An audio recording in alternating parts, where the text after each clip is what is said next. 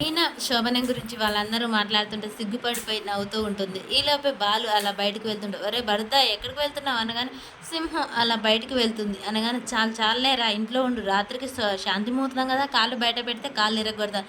ఎప్పుడో second show సినిమాకి ఇప్పుడే టికెట్లు కొనుక్కున్నట్టు ఇప్పుడెందుకే సాయంత్రానికి కదా!" అని చెప్పేసి అనగానే, "కాళ్ళు విరుగుతాయి. బయటికి లేదు ఏం లేదు. ఇంట్లో ఉంటే బోర్ కొడుతుంది. సరే నువ్వు బయటికి వెళ్ళాలంటే నీ భార్యని అడుగు.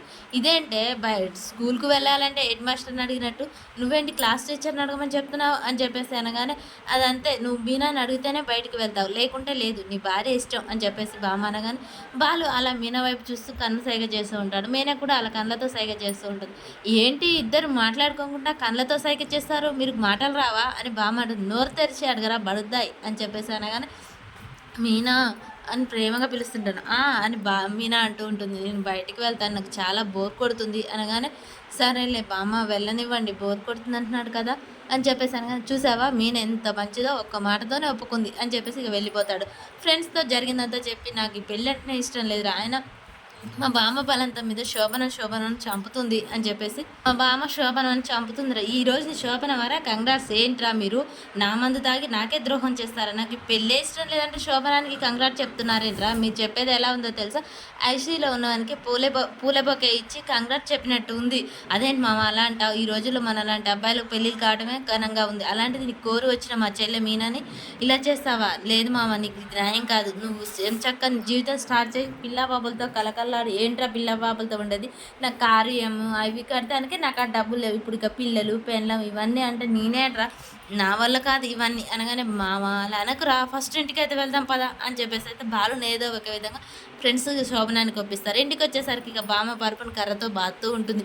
వామ్మో! మా బామేంది నా మీద కోపంతో కర్రతో బాదుతుందా ఏంట్రా? మా బామ్మ ఇలా బాదుతుందేంటి అని చెప్పేసి అక్కడే ఆగి చూస్తూ ఉంటారు. "ఏంటి మామ ఏంటి లోనికి వెళ్ళకుండా చూస్తావు? మా బామ్మ చూడరా నా శోభనం చేయడానికి కాలికి కంకణమే కాదు నడుముకు బెల్ట్ కూడా కట్టుకుంది. ఏంటి మామ అలా మాట్లాడతావు? మా చెల్లి లాంటి అదృష్టవంతురాలు దొరకడమే నీకెక్కువ.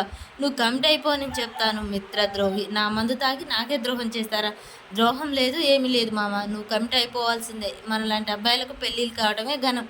సరే మామ ఇక నేనొస్తాను. నువ్వు ఎక్కువ ఆలోచించి బుర్ర పాడు చేసుకోకు. మనసు ప్రశాంతంగా ఉంచుకో. నైట్‌కి బాగా ప్రిపేర్ కా. సరేనా మామ?